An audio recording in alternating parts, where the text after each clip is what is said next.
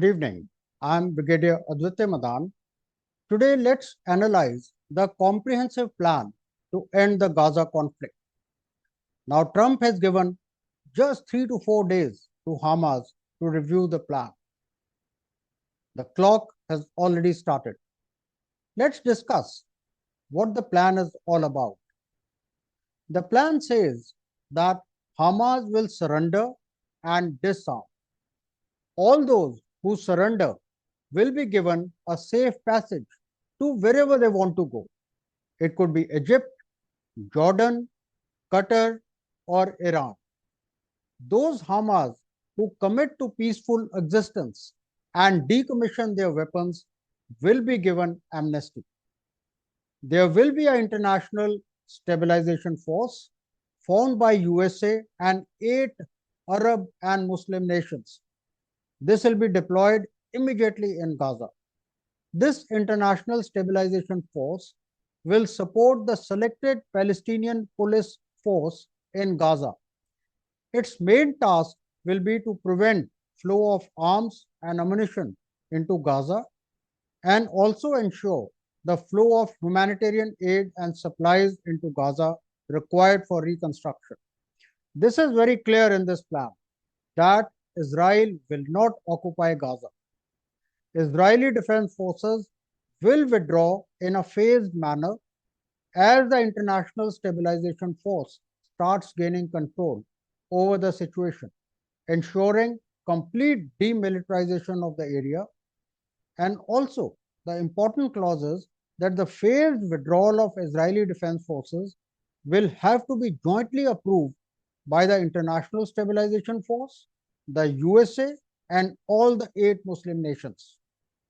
All of them will ensure that Gaza doesn't pose any threat to Israel.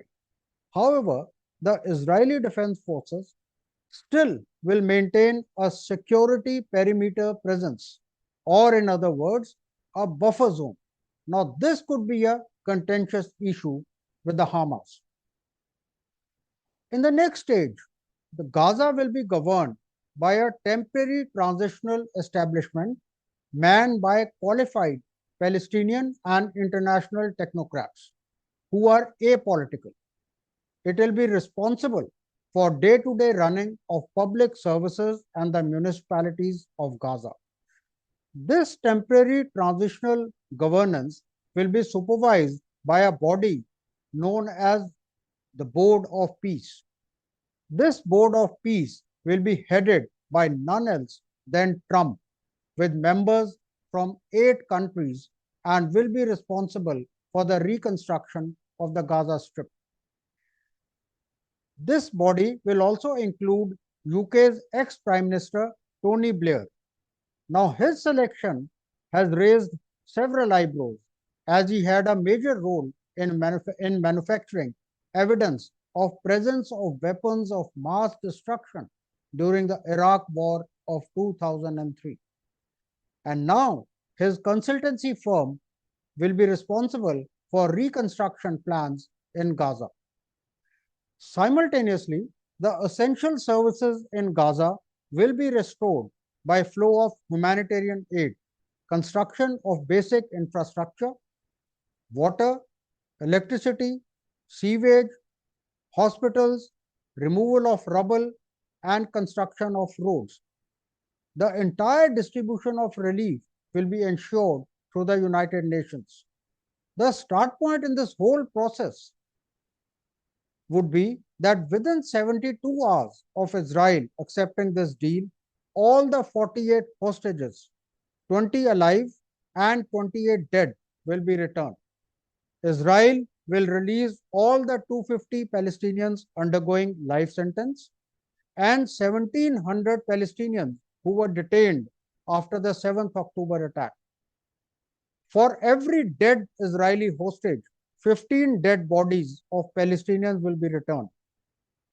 The guarantors in this peace deal would be 8 Arab and Muslim nations, as earlier mentioned. These 8 would be Egypt, Jordan, Turkey, Saudi Arabia, Qatar, United Arab Emirates, Pakistan, and Indonesia. Now let's see what will be the implications of this plan. Ladies and gentlemen, if it goes through, it will certainly brighten the chances of Trump getting Nobel Peace Prize next month. Even during Oslo Accord, the last major Israel-Palestinian peace plan, the Palestinian leader Yasser Arafat had won the Nobel Peace Prize, as also the previous Israeli prime ministers. What we should note is that in this entire process, Iran has been left out for the obvious reasons. Since Trump is a businessman, he now has his eyes set to build the hotels, malls, apartments in Gaza with the help of his son-in-law, Jared Kushner, who has all the business interests in the Middle East. And to top it all, he has got very good relations with the rulers of the countries here.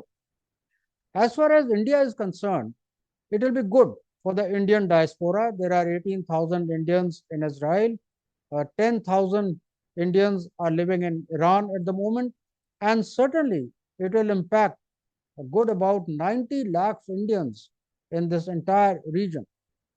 Of course, it will smoothen our oil imports from this region, which measure up to 80% of our total oil supplies.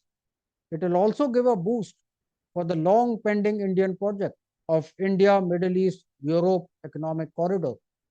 The only warning bell which I would like to mention for India has been the Pakistan's close involvement with the USA in this entire peace plan process.